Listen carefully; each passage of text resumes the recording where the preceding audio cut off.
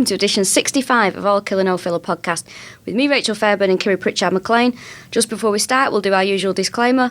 This isn't hero worship. We do this podcast because we have mutual interest in serial killers. As long as we are doing this podcast, it stops us from writing to them in prison. I feel like I'm getting a sore throat. Yeah, do you want a whole Susan? It's not ideal. Got to do that. Do you want a whole Susan? But I'm going to be like those snide kids in school, like, you can only have one if you're actually ill. And you're like, fuck off, mate. I'm not going to have one because I feel it will be really irritating for people to hear me crunching and sucking a lozenge. Cracking against your teeth. So we're doing Michael Lupo, also known as the Wolfman. Yeah, which was a suggestion. Someone sent us a message on the Facebook page saying, oh, can you do this? Repeatedly, actually. Yeah, and fair play, we've done it, but bloody hell. I think no matter what, just find more information because there's not much about him. And when you consider what an insane case it is, it's bizarre. We wrote it up on the train down from our live shows at Salford. Thanks so much to everyone who came to those and to the London shows. They were absolutely belting. Very good fun. Congratulations to everyone who won in the raffle. Well done. Sorry to all the people who didn't win. Obviously, that is just life. Sorry to those that didn't win, but yet were vocal about the fact that they didn't win. Just standing on stage being booed. God, wait to hear about the National Lottery. I'll be furious about that. So we wrote this up maybe in an hour. Yes. If that. So I'm going to yawn. Cut this out, please. We are doing this, not that we're like, oh, we're so hardworking. We're doing this quite early on an empty stomach. Yeah, so if you hear some grumbling. You might hear me sipping tea. Right. Can I say about the really annoying man in Starbucks? Yes, you can, yeah. But it doesn't take much to rattle me, but I don't like being rattled this early in the morning. Went in Starbucks, got a cup of tea, and this bloke walked in and went, hi, yeah, can I get a cappuccino to go? Yeah, and a flat white. My name, Charlie. Just reeling off what he had for breakfast. What an absolute cunt. But you are just describing a man ordering 2 coffees. Yeah, but it was the vibe that I got from. I knew everything that I needed to know about him from that order. Everything. I knew everything I needed to know. Do you know what my drink of choice is if I'm going to have hot drinks? You know I don't really drink hot drinks. My hot drink of choice, absolutely thrilling listen for everyone at home here, is, it is the drink of a cunt, is a oat milk turmeric latte. Oh. It's really delicious. It's like pudding if you get it right. Oh. But if you don't get it right, it's like drinking a mug of curry. Which is what happened the other day. I got one from Pret and I was like, this is just curry I'm drinking now. I mean, this isn't the best content ever, but Pret, awful drinks. Really? Awful. The tea's crap. The coffee's shite. Even I say that as someone who's not really a coffee drinker because, oh my God, it sets my anxiety off. Oh, really? Fuck me. And I don't need any pushing with that. Well, you know, my partner's quite a he operates at quite a high level of intensity as well.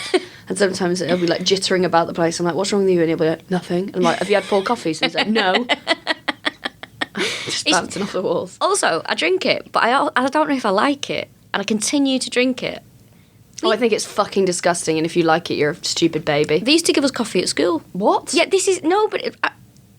if anyone went to a primary school in Manchester in the 90s, late 80s, 90s, showing my age, giving my age away there, please tell me, do you remember, occasionally you get, there was a big metal jug that came round and it was coffee, but it was really, really sweet. And we used to have like a tiny little cup of coffee. What? Yeah.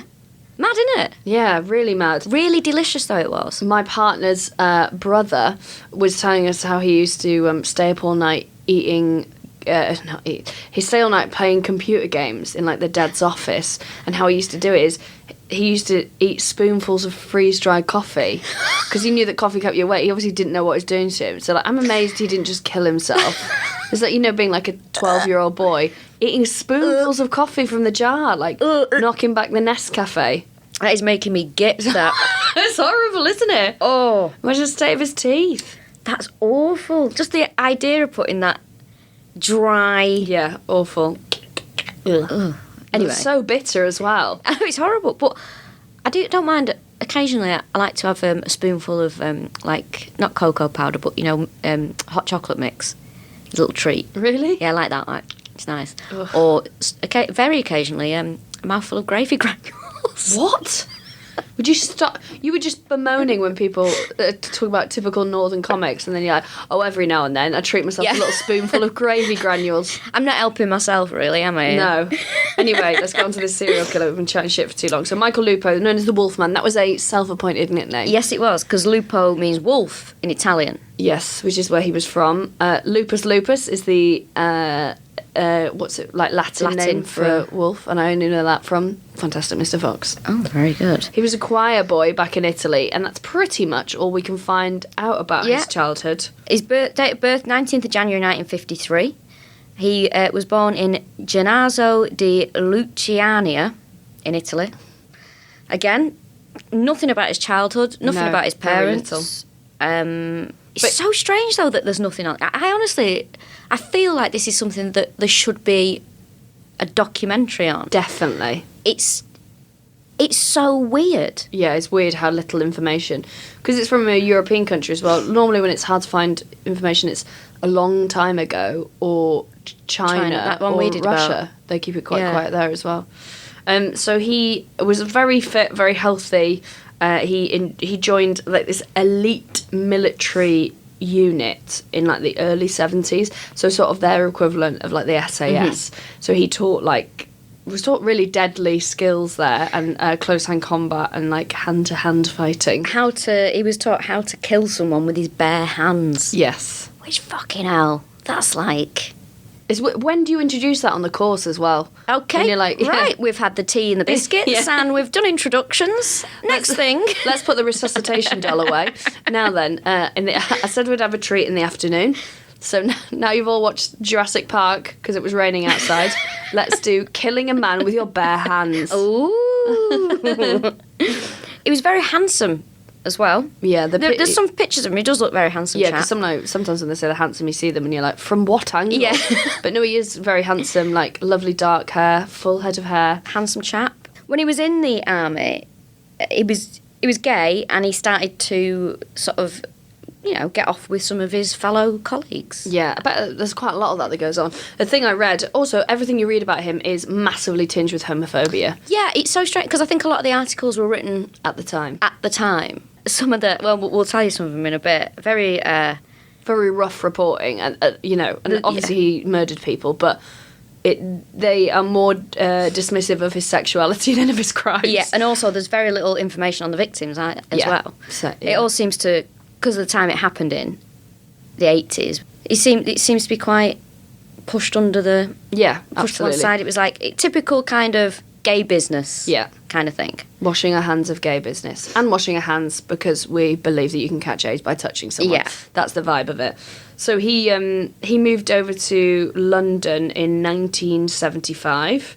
Now, he started out as a hairdresser. So when he was in the army, there's a bit that was right. So good with his hands. He really is. He can do your hair, I can or he kill can someone kill with you. these, or I can give you a killer haircut. Well, we were talking about this earlier, that he was really popular as a hairdresser, and I bet there was some people who, when he got locked away, were like, well, now where am I going to go? Because once you find a hairdresser, you fucking stick to it, don't you? Happened to me, hairdresser that I found in Manchester, and I get nervous about everything, but I hate having my hair cut because I'm like, oh God, someone's got to talk to me, I don't like this. She was brilliant.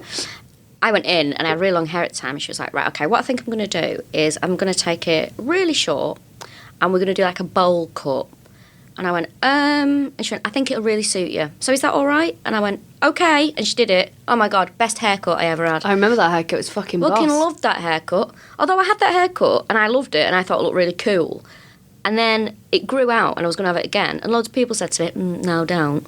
Who said that? About 4 people that I know. And I was like, but I loved that haircut. No, it was great. I looked like the girl that played the scissors for Noel Gallagher. Yeah. It was brilliant. Brilliant haircut. Anyway, so I kept going back to her. She was so good. Didn't piss about. Little bit of small talk. Hair's done in 40 minutes. Brilliant. Anyway, she had a stroke. And she moved back to, I think she was from Jamaica. She had to move back to Jamaica to recuperate. And obviously, I was like, oh, this is awful. I hope she's all right. And I kept phoning back and I was like, Is she better from her stroke yet? Is she better yet? And they're like, no, we hope she's going to be back soon. I was like, is she better yet? And I think she just decided to stay in Jamaica. Yeah, you would, wouldn't you? You would, wouldn't you? And I was just like, that was the best hairdresser what a shame. I ever had. I when I want to get my hair cut, I drive up from Manchester to Newcastle. Oh yeah, And Toria does it at the Junkyard, which is so the brilliant woman who does our pictures, Kayla, is her partner Toria, and I just trust her. It's also not going to be eggy. Also, my hair's grown. All the white bit was falling out. It's all grown back now because I'm like, she's been like, just do this and this and look after it, and I'm like, oh yeah, my hair's great now. They're great. In fact, if you do live in Newcastle, you should definitely go to the Junkyard. Fucking cool. It's so good. Good vibes in there. It's great. They all listen to the podcast as well, so you just chat about murder for 3 hours. It's brilliant. Yeah, top draw. And she's very into Facebook Marketplace like I am. Oh, is she? Yeah, it's my happy place. Do you know what? I can't fucking wait for it. My boyfriend and I were talking about this. They're like, our January sales will come as everyone gets rid of their shit that they've got no room for on Facebook Marketplace. I love it. It's an absolute unregulated Wild West. There's someone on there, like especially like Manchester or North Manchester, will be like, 4 chicken thighs has to go by 2 p.m. today. And you're Seriously? Like, yeah, and you're like, what the fuck has gone on there? Although, very resourceful. Really resourceful.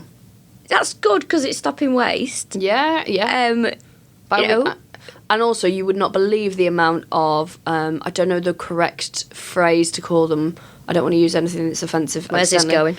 They used to be on the Robinsons jam. What do you call them? The dolls. Well, the offensive term is... Yeah, but do you say golly dollies now? But that doesn't feel There's right not really either. There's not a good word for them, is there? Old-fashioned, outdated dolls. Racist depictions of black people. Racist depictions, yeah, there you go. So they absolutely love to sell them on Facebook Marketplace. That's mad. Badges, like memorabilia, actual dolls of them, and you're like, oh good, there's a thriving, pun intended, black market here for like offensive memorabilia. Wow. I've told you about my first childhood doll, haven't I? Was it no Minnie? No. Oh, I've still got her. So, because my mum's very forward-thinking and sort of progressive and all that kind of stuff, my first childhood doll was a black doll called Minnie.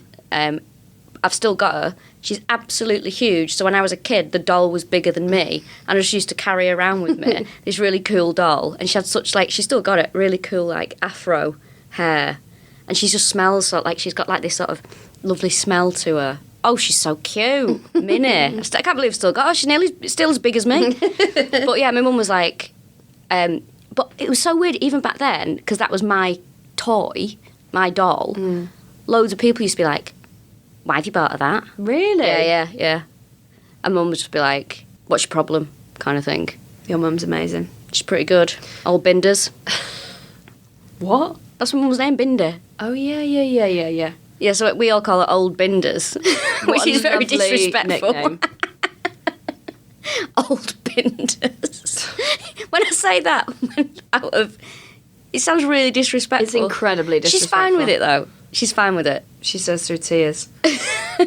Anyway, 1975, right, we really need to crack up. We've just given one fact and we've been doing this 15 minutes. So he moved to London. Now, he started off as a hairdresser, got really popular, and then he opened this shop which he called a styling boutique. So he owned it, but some people say it was a florist, some people just said it sold high-end goods. Oh my god, he was Oliver Bonas before. Basically, yeah. But it used to really appeal to apparently closeted gay men. So there was sort of treasures and curios. So they would come in there, these closeted gay men, meet him, and he would fuck loads of them.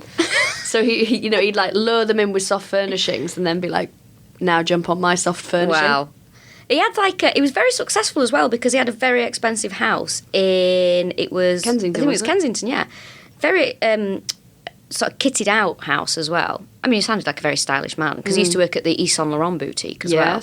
He was very prolific in the old lovers department. Well, wasn't it the house he bought? It was £300,000 in the 80s, yeah. Yeah, just tipped into the 80s. It's amazing, that. That's so much money. That's a lot of money now. It is a lot of money now. He was doing well, wasn't he? And with his lovers, he had over 4,000 lovers, he claimed. Yes. Who's got the time? Yeah, and running a shop. Fucking hell, he's so busy. Yeah. So busy. He was really into S&M as well, and apparently liked being whipped. And he had a torture chamber in his house. Now, this is sort of things that they're like, oh, he had a torture chamber in his house. I'm like, yeah, but if you're a rich gay guy into S&M, that's absolutely the first thing you would do. Exactly. You're like, I'm going to knock through, so we're going to have a galley kitchen, and I'm going to put a torture chamber in the basement. You just would. Breakfast bar, torture chamber. So I think breakfast bars to me are fucking torture chambers. We all need to let the breakfast bar go. I'm not keen on the breakfast bar. No, done. I think as well the term torture chamber, it's only called a torture chamber because he ended up being a serial killer. Yeah, I and think. he didn't kill people in there. No, so I think when people have... It's a sex dungeon. a sex dungeon. Call it what it is. Yeah, it's a sex an adventure dungeon. playground for sex people. The thing is, I mean, I don't care what people are into. Do what you want as long as everyone's happy. But I get tired of this. Don't shame my kink. It's like, stop fucking telling me about it then. I'm not interested. Stop putting it on the internet where people are going to engage with you, calling you all kinds of names. Just like, do what you're doing and shut up about it. I think it's really weird when people... There's a certain sort of... What's the word? Is it a cult? I don't know, culture? Certain type of person, and this is weird, and if I'm going to offend anybody, I'm sorry. I don't like this thing where people claim to be into, like, sadomasochism and craft, and it crosses over. I didn't know there was a crossover. Oh my God, I'm obsessed with this. Like, this is a real thing that happens, and it's one of my... You like Facebook Marketplace? Yeah. These are people that I cannot... What is it, like crocheted butt plugs? Like, yeah, exactly. It's like, crocheted... Oh, I've made my own whip. Look, if you want to whip somebody, get a fucking leather whip and give them a good leathering. If you're into that, do that. It's like when people start... It's such a hard thing for me I can't believe you're, like, simultaneously kink-shaming people and telling them, like, if you're going to kick fuck out of each other, do it properly. Yeah, it's such a hard thing for me to explain. Like, so it's just these... What, you think it's twee? Yeah, it's just this type of person that seems to be very, very, very obsessed with sex to an extent that I'm like, are you all right? But makes it cute, but yet everything feels dusty. Oh, God. And it's, yeah, so they'll put on Twitter. This must be, like, one person specifically you're thinking of, because it doesn't feel like it's a whole genre of people. It is, and I know all their names. There's a... Oh, this is your obsession with... This is my obsession, but unfortunately I got my boyfriend onto this obsession. So one of his top podcasts of 2019 from Spotify, he doesn't really listen to podcasts on Spotify, was this BDSM sort of podcast that he listens to. You may like, also enjoy. Yeah, it's like these people are like strange. But I don't know. Each to their own, isn't Yeah, it? of course it's each to their own. And I'm being nosy into their world, but I am so baffled by it because I just don't understand. I can't gauge, I can't say what I think about it without offending somebody. That's how I feel. And it's fine, like, do what you want, but I just hate it when knitting comes into sex. What, because wool is hard to wash? Yeah, well, oh God, don't. It's just that, I don't know, there's something about it, and I'm finding it very hard. I tried to do material on this, and it was such a specific thing No one to knows what me you're that everyone was talking like, what are you talking about? Also, I think it's so, like, isn't it just... Whenever you have, like, a huge genre of anything, so, like, kink is huge, isn't it, right? As a thing, there's so many facets of it that people, like, break off and find their own subcultures, because part of identifying with something like kink or anything like that is, you know, like, even, like, true crime or feminism or, you know, not, like, obviously feminism is a political movement, but... you find subsects. So the fact that it's just got big enough and well known enough now that people have made their own niche. You know, it's sort of like fan fiction, you know, and then that breaks off into like Star Wars and this and that. There's just something about it that fascinates me because I can't say it without offending someone. I don't want to offend anybody for once. I just... I can't vocalise it because I don't want to piss anyone off. It does also sound like you want to be tied up with some macrame. Absolutely not. Not interested. Look, I don't want to be tied up. I don't want to be... I'm not asked about that kind of thing. I think I look fucking cool in, like, a leather hat. That's not what it is. And a pair of leather shorts. I'd wear that and go, hey, this looks cool. But I'm just not I'm not into that. And it's fine that you're into that. That's great. Go for it. But don't crochet your handcuffs. I just think it's either do it or do something else. But surely it's like... I don't want to see homemade sex toys. Do people make homemade sex toys? They do, and I've seen them, and I'm obsessed with it. Well, you should have sent me some pictures, because now I'm intrigued. I will send you... I just didn't think it was a world you wanted to go into.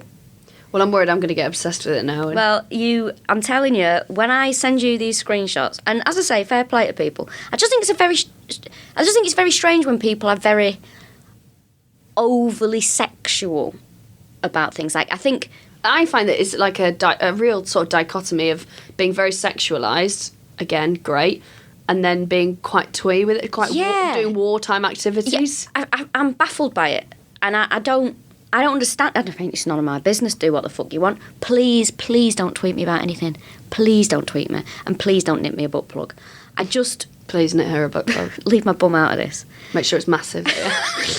Excuse me. I was telling you the other day, I went for a smear test and the nurse was very nice and she was chatting to me and she was like, oh yeah, so the thing now with the HPV thing, and I was like, can we just get this done, please? Stop talking at me. And she went, and it's very good now because it can detect anal cancer. I was like, great. Can everyone just stop talking about my arsehole? I can't come and see a medical professional without my bum being mentioned. Anyway. I hated it when you told me that story because I was like, I better die of bum cancer. That would be my fucking luck. I'll be in the papers. Front page of chalk. Probably not even the front page. Comedian dies of bum cancer. And then all the people you hated get together to do a benefit. Oh, God, yeah. For your bum. For your dead bum. Leave my fucking dead bum alone. Oh, my God, right. Dead bum day.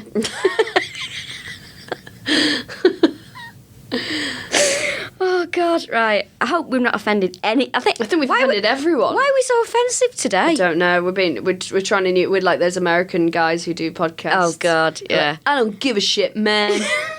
Anyway, so he's got a torture chamber in his house, which is always used as like, oh, but I think that is linked to people kink shaming and being like homophobic. The fact that it was such a big deal is made over it. I mean, he's got the room, he may as well have one. Why not? So he's got all these, he's got, like he says, 4,000 sexual partners. Now, the reason why they think that is actually quite an accurate number and not just like, I'm Mick Jagger and I lie about stuff, is that he kept journals with intimate details of his partners in them, what he did with who.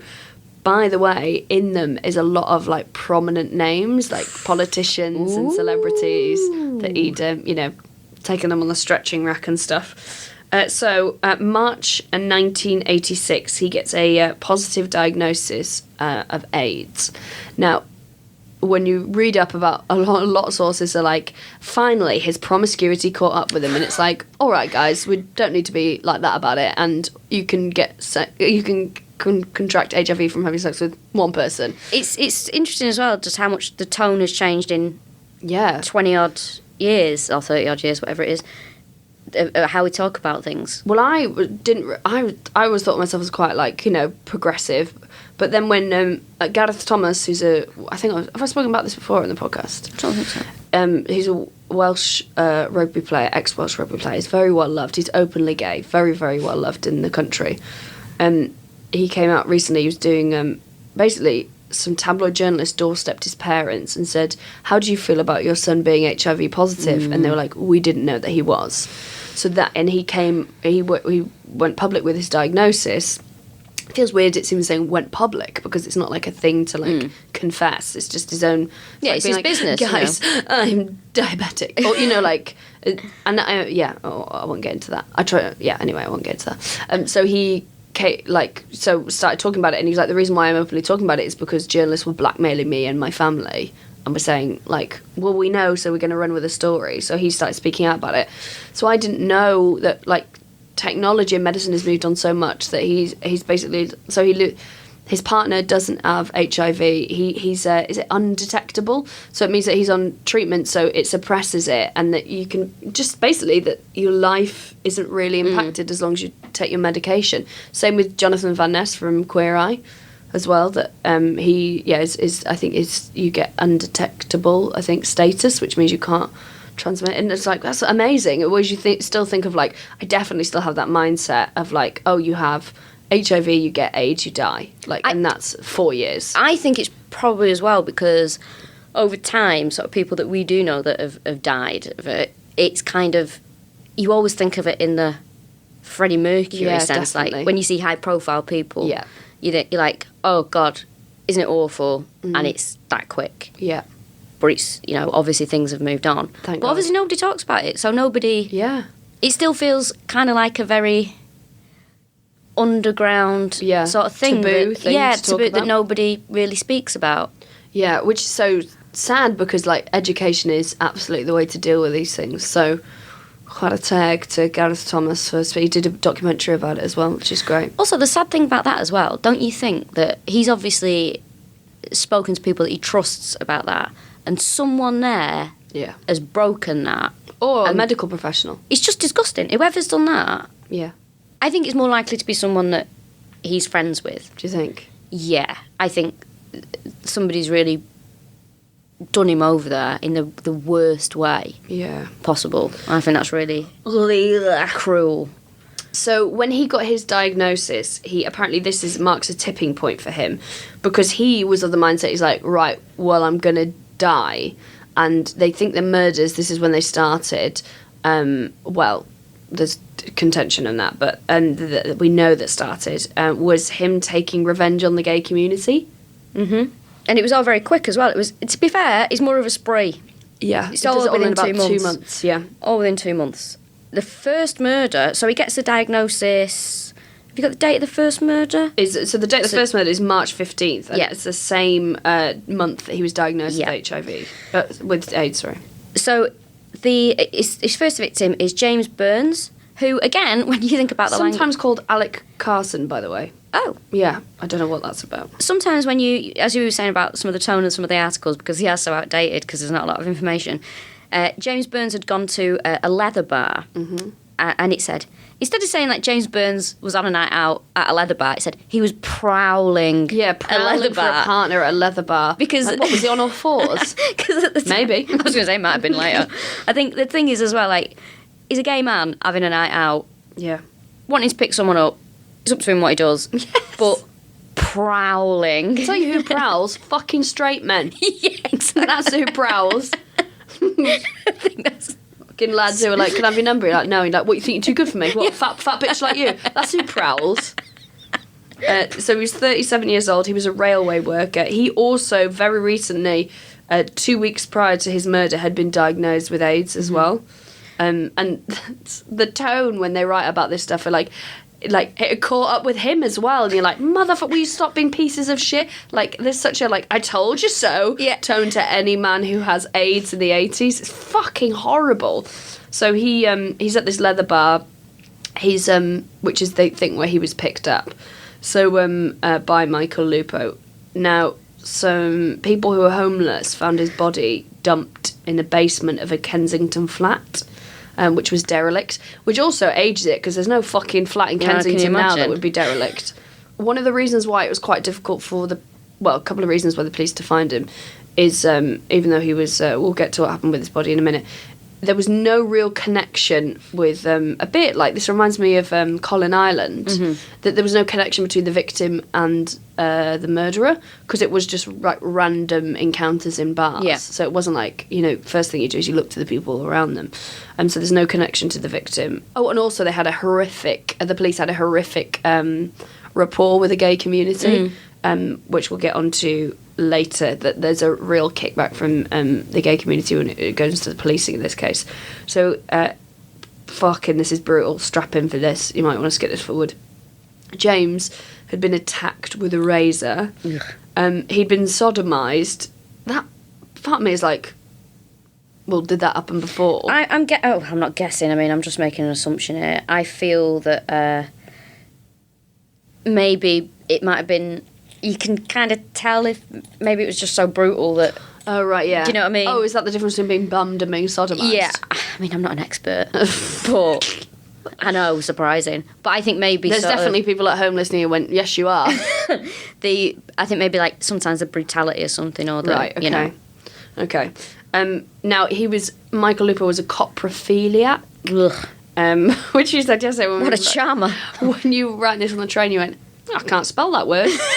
You've got no cause to write And then you it. went, I've got a little cause to write it. So one of the things he did to fucking these poor lads is he would smear them with excrement. Now, James's tongue had been bitten off in the attack. I can't work out if that's as a result of the pain he'd bitten his own tongue, or whether it had been taken Either way, out. it's just so brutal. These are so brutal. Yeah, he used to. This is how they linked the murders. A silk sock had been stuffed down his throat to choke him as well. A black silk sock, which is reported in a lot of the articles, Oh, and really? so very important to get the full. I know this is not important, but a silk sock sounds like the most annoying thing in the world to me. Like, how the fuck is that going to stay up? It feels like a pop sock that roll down all the time. Oh my god, socks that don't stay up. Infuriating. I'm like, kill me. Yeah, it's really I want to infuriating. die. You know when it keeps rolling down? Yeah. You're like, a whole day of this ahead of me. Yeah, Fuck this. when as soon as you leave the house within 5 minutes, you're like, well, day ruined. Yeah, it really Great. is, isn't it? Yeah, like, this is gone. This is I either buy some new ones or I suffer for the entire day. What's the date today? Okay, December 13th, right. Absolute write-off in history for me. So what he would do as well, he would pose the bodies in, like, degrading positions. Often he would dismember them, and a thing he did with a few of the victims is he would open their chest cavity. Oh, God. Presumably this is... I don't know, I was going to say something you learnt in the army, but I doubt that's on the list somewhere. And he would... he'd cut open their scrotum so their testicles would come out. I think he did these things... I'm hoping he did these things post-mortem. It's not really talked about, but yeah, so obviously, like, imagine a horrific scene to come across. I've just had a thought, and it could be incorrect, and I don't know why I've just had this thought, but I thought, like, so he says he's taking revenge on the gay community for his diagnosis, but then I think, part of me thinks, maybe as well he thought, I'm really into sadomasochism. I'm going to die very soon, in his mind. He's like, I haven't got long to live. Maybe these were things he wanted to his, do. Like, nth degree fantasy. Yeah, the thing of, like, his extreme things. So maybe that was part of it as well. Maybe. Yeah, maybe he's like, oh, I've always wanted to open a chest cavity and it's on my bucket list. So I'm going to do it. Maybe. I think I think there's probably an element of that, of, like, escalating things because he feels like he's on a time frame. So the next victim was found... he met him on April 6th. It's Anthony Connolly. Now, he was found by children in a railroad shed in Brixton, and we know how he used to leave the bodies. So, like, all those kids will be totally fucked up from finding that. Same as the other murder, he'd been slashed, he'd been smeared in shit, he'd been strangled with his own scarf. I mean, that's loads of fucking DNA there. Now, Anthony lived with an HIV-positive flatmate. So when his body was taken for the coroner to do a post-mortem, the coroner wouldn't do it for ages because he's like, you need to prove that he's not got HIV, otherwise I'm not touching the body, which is so fucked up. So there was a huge delay till his post-mortem.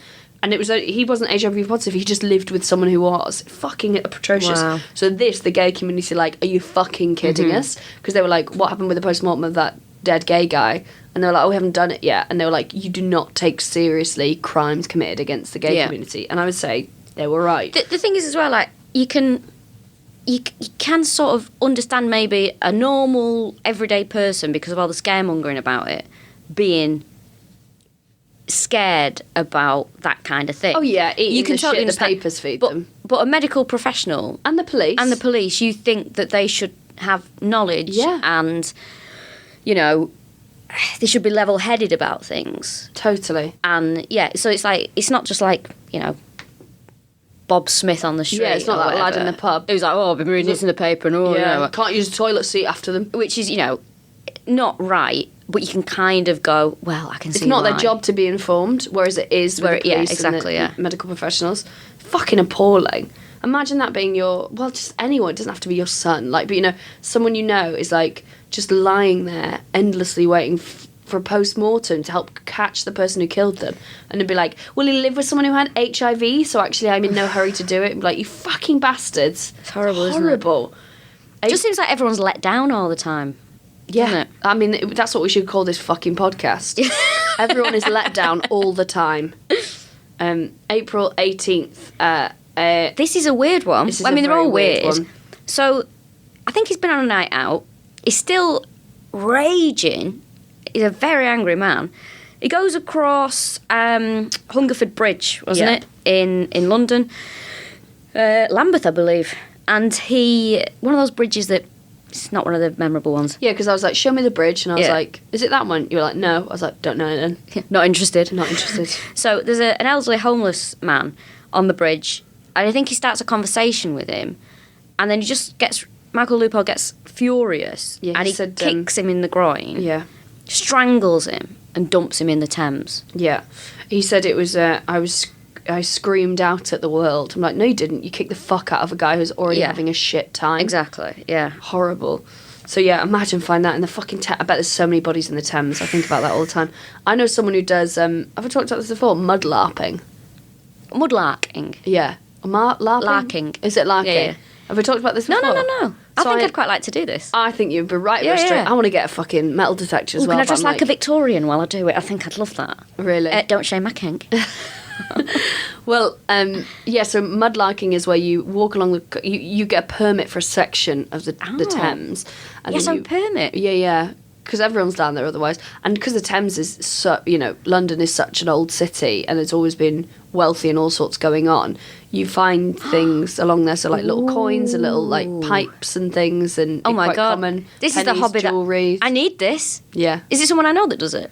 I don't think so. Oh, wow. I tell you what, I would love to do that, Mudlarking, because I'd love a permit. Imagine just showing that off. Actually, Yeah. I'm here to Mudlark, so...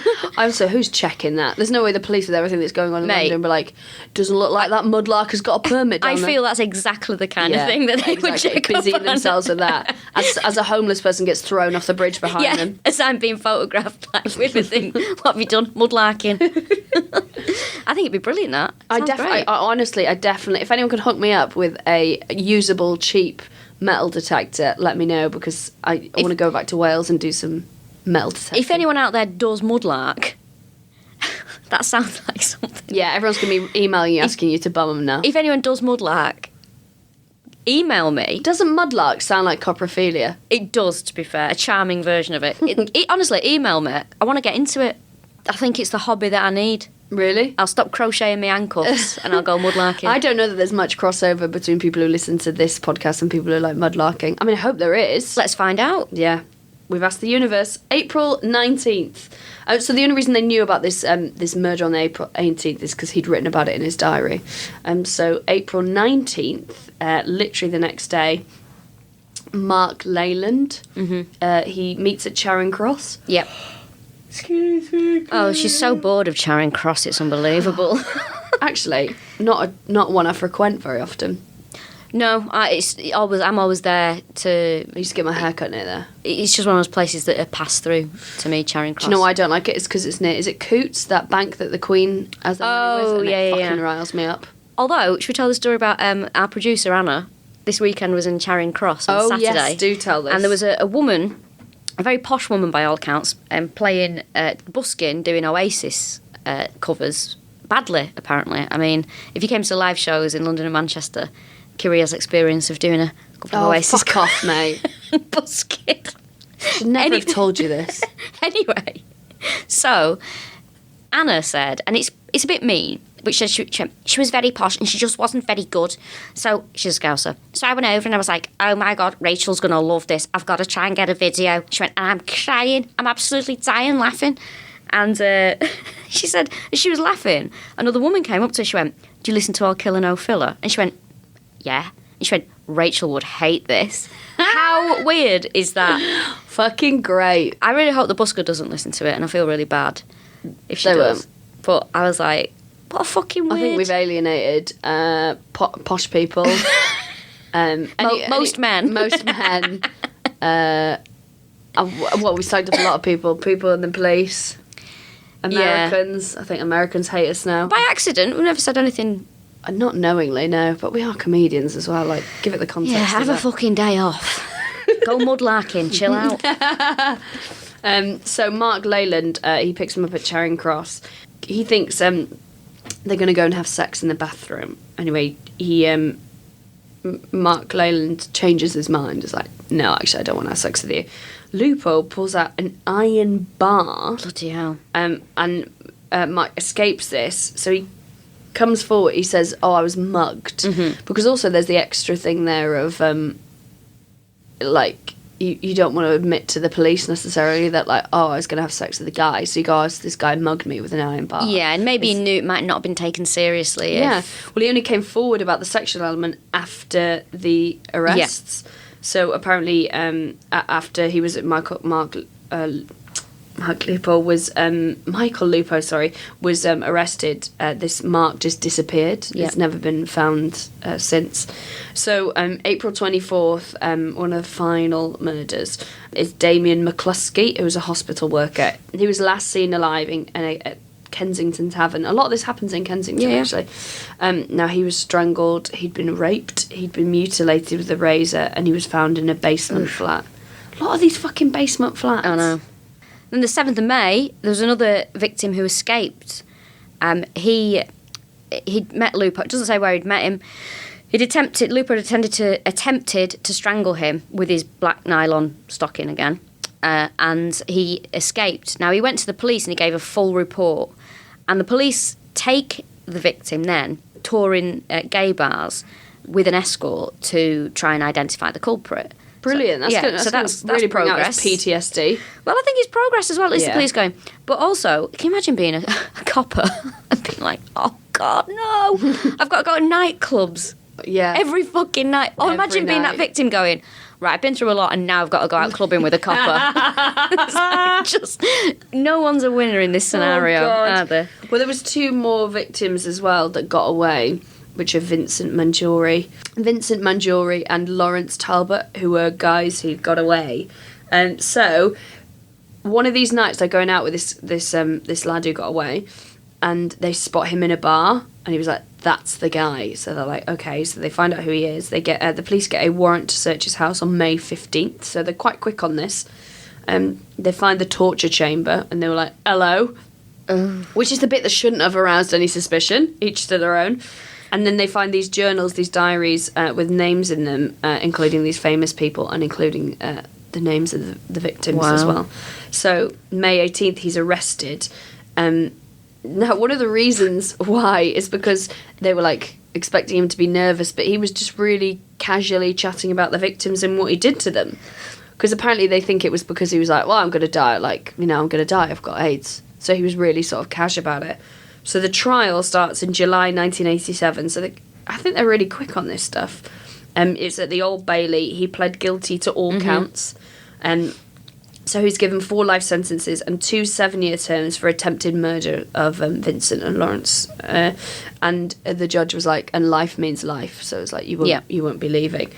And then the crimes were like publicised. They're in the papers, obviously, although not that much.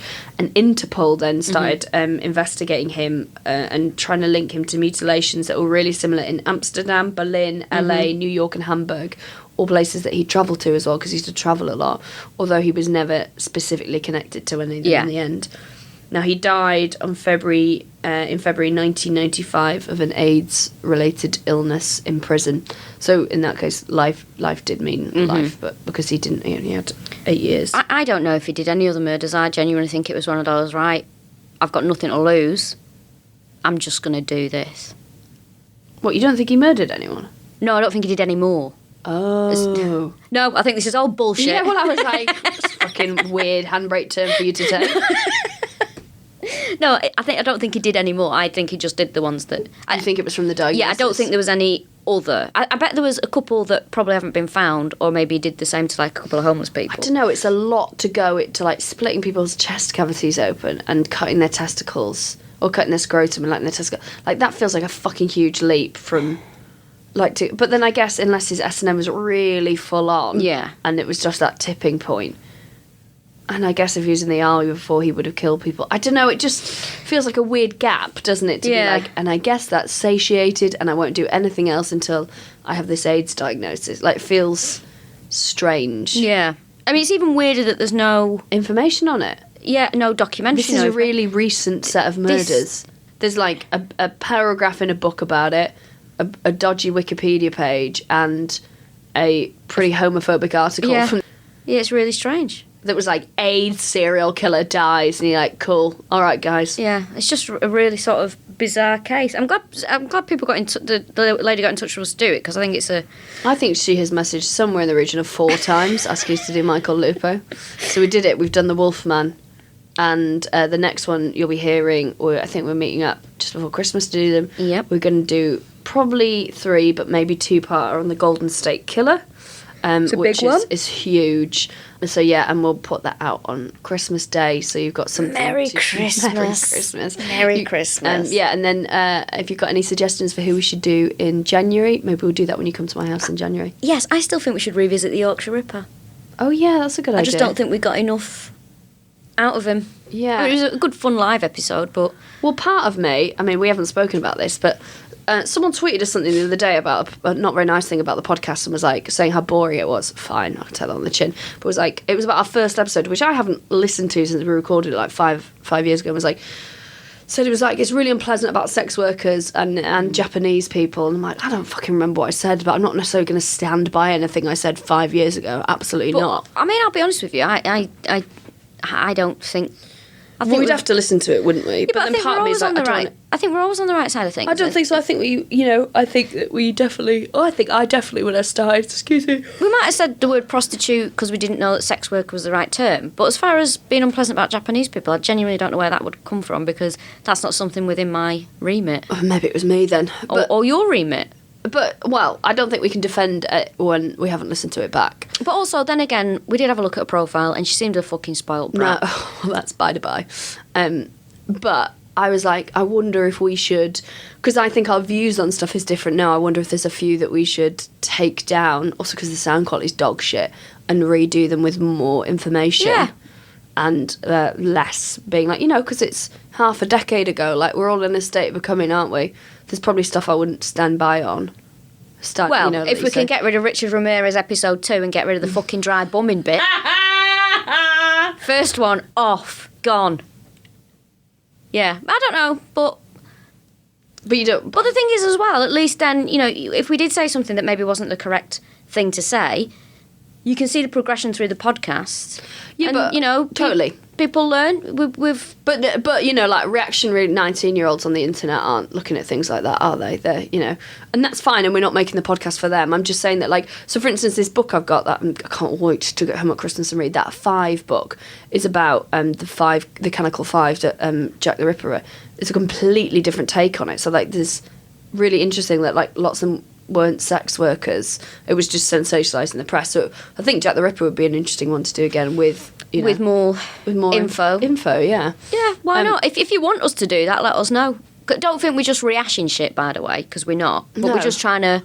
That it just got me thinking about, like, oh, God, I wonder if there's some stuff Well, there'll definitely be stuff that I would, like... It's not the hill I'm going to die on using the word prostitute, of course not. And, like, something we pride ourselves on is trying to be empathetic. Yeah, and also, if we had used the word prostitute, that's because we didn't... And since then, you grow and you learn, and then people say, do you know, it's the correct term that people prefer. But it might not be even the terms. It might have been like, I might have been like dismissive of, like, I'm just basically saying I don't stand by, I'm not going to, like, I reserve my right to grow as a human. Yeah, of course, yeah. But maybe it's something we should address. I know, yeah. But also I don't appreciate the opinion of some fucking spoilt little brat. Well, it's fine. I mean, like... Giving it the big un. If you don't like something, fuck off. Also, I feel there might have been a tinge of failed performer there. I mean, she's a kid, isn't she? She's not failed I'm not bothered. Yet. Listen, I've been 19, but I wouldn't have I don't think we have to worry about ever having to work with her, put it that way. No, I shouldn't imagine we would. But I do think sometimes people just go into something with the attitude of, I'm going to hate this and find everything wrong with it that I possibly can. I don't necessarily think she did that, but I also think that people who don't make stuff and put stuff out in the world don't know what it's like to have people like zone in on you like that. And it's not to say she isn't raising relevant points either. And also, it's the side of it that it's this thing, I don't think people realise that, like, we're not a machine, we're not part of a big thing, we're not protected by anything. So when people tweet like stuff, like, we are people that feel. Yeah. So it's like, it's not like that's got to go through 3 layers of management before it gets to us. So like any of I mean, I've changed all my settings now, but like, you're like, oh, that's a human on the end of that when you're telling me that I'm a drain on the NHS. You said that? I had that the other day about something because I'm fat. Someone told me I was a drain on the NHS. Oh, you are the woman who never goes to the fucking doctors. Yeah. Do you know what? I'm fucking sick of people. Like, honest to God, to say that to anybody is disgusting, and it fucking riles me. It's stuff like that I just, like, I get annoyed on your behalf with shit like that, because it's like, why are you so fucking hurtful and a cunt? Yeah. And why would you It's just, but you have to like you're for like 5 seconds you're like, what? And then I was like, I can't even remember the last time I went to a fucking doctor. Firstly, if someone said to me you're a drain on everyone's time, I'd go fair enough. But anything other than that, also no one happy is tweeting stuff like that. oh, exactly. That's Similarly with like that lass who tweeted us about the podcast. It's like, well, that's it doesn't look like she's smashing stuff. Do you know what I mean? No. So I'm sure she will one day. We should cut that bit out. No, I just don't want to mean she's a kid, isn't she? She's a kid. And right, it's not but to say that she's a kid who takes. She's a kid who has the. She's got the right to reply if she thinks it's. Well, not really. She has the confidence to message me to tell me what my opinions on something I've experienced about are offensive, and then tries to make it into Islamophobia. Oh yeah. I don't think that person. That person was a cunt, regardless of the age. She's a prick. And We're talking about someone different now, by the way. are we? I was talking about that. Oh, they all blend into one to me, these people. One big fucking awful person. It's just the internet in it. So like, Yeah. it's that thing of like, if you engage in it, it means that people can say, they can say stuff. But it's why I don't really go on Twitter anymore. Yeah, I've really gone off Twitter. Because I think sometimes, you just say something and it's not an invite to a debate. It's just a comment. And I think also the more followers you get, the more strangers you get interacting with you. And it's like, can you go away? Because This is why, honestly, you should change your settings. It's so you can have it nicer. so people that don't follow you can't reply, that kind of thing. Yeah, although Oh, someone who followed me tweeted me to say how appalling I was the other day, or said how my laugh was like a witch, which I'm like, well, that is laced with misogyny, but there we go. Well, these And that I people- ruined a program they're watching. I think it was like 8 out of 10 cats. I'm like, what, you tuning in that for your topical fucking current affairs, are you? Turn it in, mate. I just, I've been lucky so far, touch wood, and I don't know if it's because I'm quite fuck off. Yeah. I don't know if it's because of that I don't get it as much as other people. And watch this now, something's going to happen in it. I think that once people realise there'll be men that and women that use it as sport, they're like going toe to toe with you. They're like, because these are people who don't have attention in their lives. Like they don't, they're just screaming into the abyss. Anyway, on that, Have a nice Christmas. Have a nice Christmas, losers. Enjoy your no presents. I'm sure they'll get presents. Thank you so much for listening. Thank you so much for coming to the Christmas shows and for making our entire autumn tour a sellout. It's absolutely We've got lovely amazing. little trophies for that. We got lovely plaques for that. I was really going pleased, back to my house tomorrow. I'm very excited. And we're both on tour. Yes. And Killa is on tour in Dublin and Belfast. Dublin is selling pretty well. Belfast, February, that is. nobody's coming. So do spread the word if you know anyone in Belfast. Because if you did ask for us to come to Ireland, which I have very often, and you go, we just won't go back again. can you come here? Can you come here? Learn the lesson that Cardiff did. Yes, If no one Cardiff. comes, we don't go back again. If you do ask, I say that 200 people came to Cardiff. yeah, they It's did. just a thank very you. big. Please do come, because we really want it to be a really good show, and you've asked us to go. So please come to it. Yeah. We just the more people there, the more of a laugh it is. That's all it is. Yes, thanks very much for listening. And oh god, this has been an hour of bullshit. And we shall see you soon. Bye.